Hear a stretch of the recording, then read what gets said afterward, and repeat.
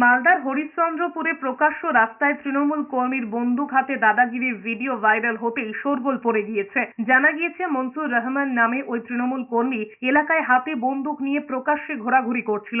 এরপরই পুলিশ মনসুরের বাড়িতে হানা দিয়ে সেখান থেকে তাকে গ্রেফতার করেছে। তার কাছ থেকে উদ্ধার হয়েছে আগ্নেয়াস্ত্র সহ একটি কার্তুজ। কি উদ্দেশ্যে আগ্নেয়াস্ত্র নিয়ে ঘোরাঘুরি করছিল ওই ব্যক্তি, কোথা থেকে এলো আগ্নেয়াস্ত্র, সমস্তটা খতিয়ে দেখছে পুলিশ। হাতে নিয়ে একজন মানুষ এলাকায় সন্ত্রাস তৈরি করার জন্য হয়তো দেখাচ্ছে।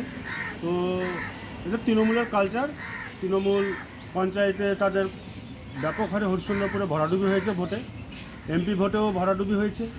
এই আগামীতে 26শে ভোট, এই 26শে ভোটের এরা প্রস্তুতি তৈরি করছে। এদিকে মত্ত এক পুলিশ অফিসারের বিরুদ্ধে নিজের সার্ভিস রিভলভার উঁচিয়ে তৃণমূলের পঞ্চায়েত সদস্যকে প্রাণে মারার হুমকি দেবার অভিযোগ উঠেছে মালদায়। মালদার মানিকচক থানায় অভিযুক্ত এসআই এর বিরুদ্ধে ইতিমধ্যেই একটি অভিযোগ দায়ের হয়েছে। পুলিশ সূত্রে খবর, বিষয়টি জেলা পুলিশ সুপার এবং অতিরিক্ত পুলিশ সুপারকে জানানো হয়েছে মানিকচক থানার তরফে।